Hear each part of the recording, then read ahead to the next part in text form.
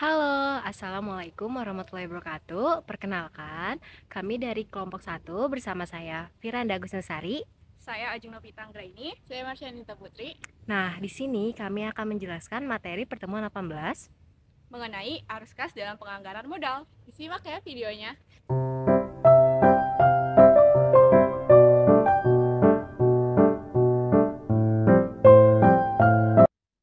Sebelum melanjut ke materi, di sini saya akan membahas tentang latar belakang masalah, di mana masih banyak dari kita yang takut untuk berinvestasi.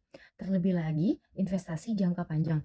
Namun, jangan takut untuk memulai berinvestasi. Seiring dengan resiko yang ada, investasi jangka panjang juga bisa memberikan keuntungan yang cukup besar bagi perusahaan. Dengan melakukan riset yang matang, konsultasi dengan pakar keuangan, dan membuat perencanaan yang tepat, keputusan untuk berinvestasi dapat menjadi langkah yang cerdas dan strategis. Ingatlah bahwa setiap keputusan pasti memiliki resiko. Namun, dengan persiapan yang matang dapat mengurangi kemungkinan resiko terburuk itu terjadi. Nah, dalam pertemuan 18 ini, kami membahas beberapa rumusan masalah. Yang pertama itu, memperkirakan arus kas. Yang kedua, pengukuran arus kas. Yang ketiga, analisis arus kas proyek baru. Yang pertama itu, ada memperkirakan arus kas. Memperkirakan arus kas merupakan proses terpenting dan tersulit dalam penganggaran modal, yaitu mengestimasi arus kas suatu proyek atas pembiayaan dari investasi serta arus kas masuk bersih yang didapat tiap tahun selesai berjalannya suatu proyek. Konsep penting digunakan semata-mata melakukan pertimbangan pada arus kas selisih atau incremental cash flow, menjadi pembeda antara arus kas seadanya proyek diambil ataupun arus kas tanpa proyek. Lalu bagaimana sih persiapan penganggaran kas yang baik? Persiapan penganggaran kas yang baik yang pertama itu pasti ada pengeluaran dana yang berkaitan pada jangka waktu yang panjang. Yang diartikan, perusahaan perlu menanti dalam masa yang lama maupun menanti hingga seluruh penginvestasian dana bisa kembali diterima bagi perusahaan. Yang kedua itu ada penginvestasian pada aktiva tetap akan memberikan peluang kepada hasil dalam melakukan penjualan di waktu yang mendatang. Di mana jika kita melakukan kesalahan pada forecasting dapat mengakibatkan over atau under investment. Yang dimana jika kita melakukan investasi pada aktiva tetap sangat tinggi atau melampaui daripada yang dibutuhkan, maka dapat menerima beban kepada perusahaan. Tapi sebaliknya, jika besaran investasi pada aktiva tetap sangat rendah, maka dapat berakibat pada kurangnya persiapan, sehingga perusahaan harus bertindak dengan menaikkan harga pokok dan mengecilkan daya saing ataupun hilangnya sebagian besar pasar yang menjual produknya. Yang ketiga itu pengeluaran dana untuk memenuhi kebutuhan tertentu dalam besaran yang tinggi. Untuk mendapatkan besaran dana yang tinggi tidaklah mudah didapat dengan jangka waktu yang singkat. Oleh sebab itu, perencanaan harus dilakukan dengan cermat dan seksama. Yang terakhir itu ada, jika salah dalam mengambil keputusan akan berdampak panjang bagi perusahaan. Di mana kita harus cermat-cermat dalam pengambilan keputusan agar tidak berdampak buruk pada perusahaan dan menyebabkan kerugian yang tidak dapat dihindarkan oleh perusahaan. Selanjutnya adalah pengukuran arus kas. Pengukuran arus kas berfokus terhadap arus kas tambahan setelah pajak. Dapat membantu perusahaan untuk mengidentifikasi sumber-sumber pendapatan yang baru dan potensial. Dengan memperhatikan arus kas setelah pajak, perusahaan dapat mengevaluasi kinerja keuangan perusahaan secara lebih holistik dan dapat memperhitungkan dampak pajak terhadap arus kas yang diterima oleh perusahaan. Pengukuran arus kas dapat dihitung dengan rumus arus kas proyek sama dengan arus kas dengan proyek dikurang dengan arus kas tanpa proyek. Dan pada penilaian metode ini, yang dimaksud dalam arti investasi layak dijalankan antara present value dari cash flow lebih besar, maka nilai net present value bernilai positif.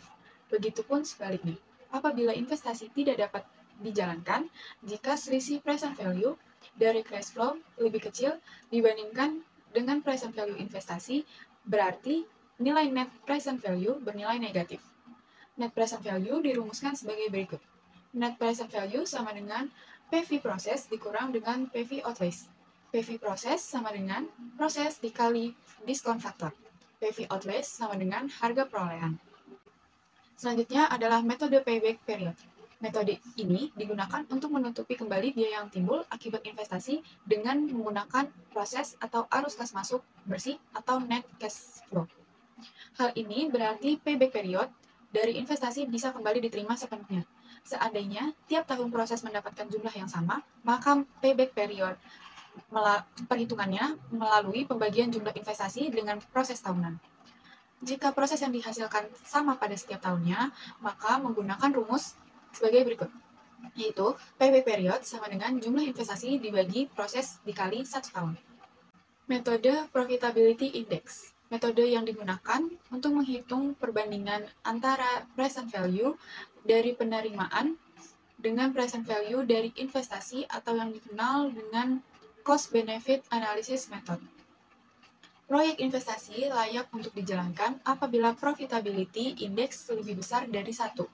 Profitability Index diukur dengan rumus Profitability Index sama dengan PV proses dibagi dengan PV outlays. Selanjutnya, saya akan membahas mengenai materi soal pada pertemuan 18, yaitu analisis arus kas proyek baru. Proyek memerlukan investasi tanah sebesar 1,2 juta, pembayaran akhir tahun 2003, dan pada gedung 8 juta, 4 juta akhir 2004, dan 4 juta akhir 2005, serta mesin-mesin 10 juta pada akhir 2005. Proyek ini mempunyai umur 3 tahun, umur ekonomis gedung dan mesinnya itu 3 tahun tanpa adanya nilai sisa. Pada akhir 2005, proyek juga membutuhkan penambahan net working capital sebesar 2 juta. Cara menghitungnya yaitu, kita menghitung arus kas permulaan. Tanah pada tahun 2003 sebesar 1.200.000, pada tahun 2004 0, 2005 0. Gedung pada tahun 2003 0, 2004 4 juta, tahun 2005 4 juta. Mesin 2003 0, 2004 0, 2005 10 juta. Aktiva tetap tahun 2003 1.200.000, tahun 2004 4 juta, dan pada tahun 2005 14 juta. Net working capital pada tahun 2003 0, pada tahun 2004 0, dan pada tahun 2005 2 juta.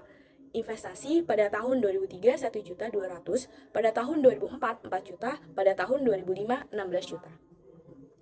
Selanjutnya, analisis arus kas proyek baru soalnya yang berbeda, yaitu sepanjang umur proyek dari tahun 2006 hingga tahun 2008. Tiap tahunnya, proyek ini mendapatkan hasil unit penjualan dengan kenaikan harga jual 10% per tahun, disebabkan karena adanya faktor inflasi.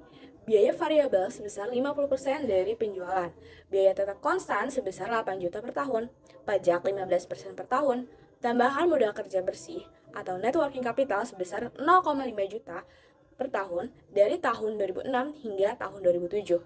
Pada 2008, modal kerja bersih dikembalikan. Penghitungannya yaitu kita menghitung penyusunan gedung. Pada tahun 2006, dihitungnya 2/3 dikali 8 juta sama dengan 5.330.000. Pada tahun 2007, 2/3 dikali 2,670.000 sama dengan 1.780.000. Yang sisanya pada tahun 2008 sebesar 890.000. Sehingga total keseluruhannya sebesar 8 juta. Mesin pada tahun 2006, 2/3 dikali 10 juta sama dengan 6.670.000 rupiah. Pada tahun 2007, 2/3 dikali 3.330.000 sama dengan 2.220.000 rupiah. Sehingga akhir pada tahun 2008 sisanya 1.110.000 rupiah, maka total keseluruhannya sebesar 8 juta rupiah. Kesimpulan dari materi pada pertemuan 18 yaitu, arus kas dalam penganggaran modal adalah faktor penting yang selalu diperhatikan setiap penjualan. Arus kas merujuk pada jumlah yang masuk dan keluar dari penjualan dalam tempo masa tertentu. Dengan memahami arus kas dengan baik, pemilik penjualan dapat merancang secara berkesan bagi keperluan keuangan mereka. Pengurusan yang bijak terhadap arus kas juga membolehkan penjualan untuk mengenal pasti tren pembelanjaan dan pendapatan, serta membantu membuat keputusan yang lebih tepat dalam pengurusan keuangan jangka panjang. Oleh karena itu, penting untuk kita untuk mengawal dan mengurus arus kas dengan teliti dan memastikan kestabilan keuangan penjualan. Sekian pemaparan materi dari kelompok kami. Semoga materi yang kami sampaikan bermanfaat untuk kita semua. Kurang lebihnya mohon maaf. Wassalamualaikum Warahmatullahi wabarakatuh. Bye.